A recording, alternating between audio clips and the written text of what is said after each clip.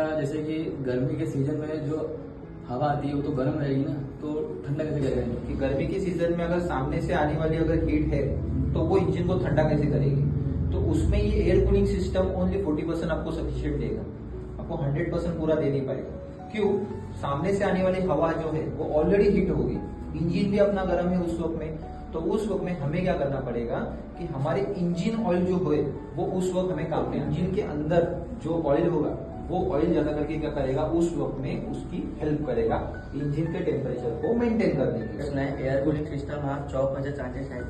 इसी जगह से अगर तुम लोग को बैंड दिख जाए तो वहां पे एयर फ्लो का चांसेस बहुत कम रहेगा। जैसे यहाँ पे जो 2 पिंस के बीच में गैप दिख रही है, ये जो 2 पिंस के बीच में गैप दिख रही है, ये अगर तुम लोग को पूरी लाइन में आगे जाके पता चला कि आगे जाके गैप ही नहीं है, बंदी हो गया पूरा चौकों पे, तो यहाँ से कैसा होगा, एयर फ्लो पास नहीं हो पाएगा। एयर फ्लो पास नहीं होगा तो वो वहां के पार्ट्स को ओवर हीटिंग के चांसेस, गर्म होने के चांसेस बढ़ सकते हैं। एअर कूलिंग सिस्टम आहे तो वॉटर कूलिंग सिस्टम पेक्षा चांगला आहे का? मेंटेनन्स वाईज जर बघायला गेलो तर एअर कूलिंग सिस्टम बेटर पडतो, कारण त्याच्यामध्ये ना तुम्हाला कूलंट बघायचं आहे, ना तुमचा फॅन असतो, ना थर्मोस्टेट वॉल आलं, काही सुद्धा नाही, ना वॉटर जॅकेट आले त्याच्यामध्ये, फक्त एअर फ्लो आहे त्याच्यामध्ये।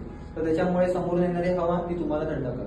त्याच्यामुळे एव्हरेज गाडी जी असेल आपली, म्हणजे नॉर्मल आपला बजेट वाईज आहे त्या हिशोबाने, अगर बजेट हाई है, प्रीमियम क्लास में जाना है तो 125 ड्यूक 125 त्याच्यामध्ये एयर कूलिंग सिस्टमच्या ऐवजी वॉटर कूलिंग सिस्टम द्या। 125 सीसी में वॉटर कूलिंग सिस्टम दिया ज्यादा करके। हे जास्त गरम झालं तर याच्यावर पाणी टाकून चालेल का? नाही, एअर कूलिंग सिस्टम वरती कधीही चुकून सुद्धा तुम्ही पाणी टाकायचं नाही।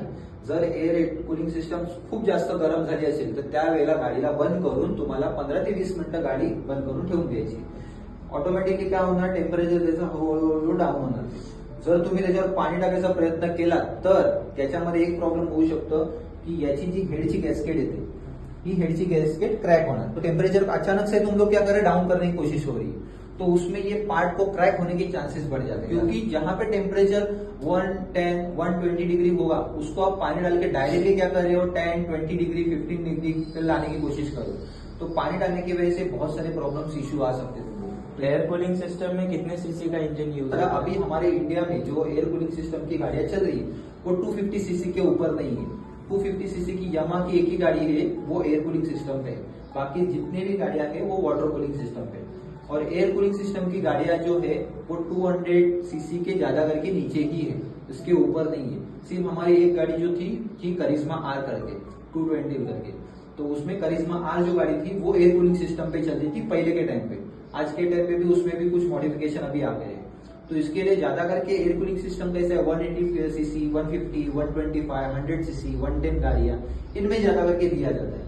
अभी अगला ये भी हो सकता है कि 125 सीसी की कुछ गाड़ियों में हम लोगों ने वाटर कूलिंग सिस्टम भी देखा है, तो कंपनी डिपेंडेबल है, कंपनी इंटरनेशनल होगी और कंपनी की पूरी टेक्नोलॉजी अगर वाटर कूलिंग सिस्टम के ऊपर ही अगर चलेगी तो कंपनी आपको वाटर कूलिंग सिस्टम वहां पे दे सकती है।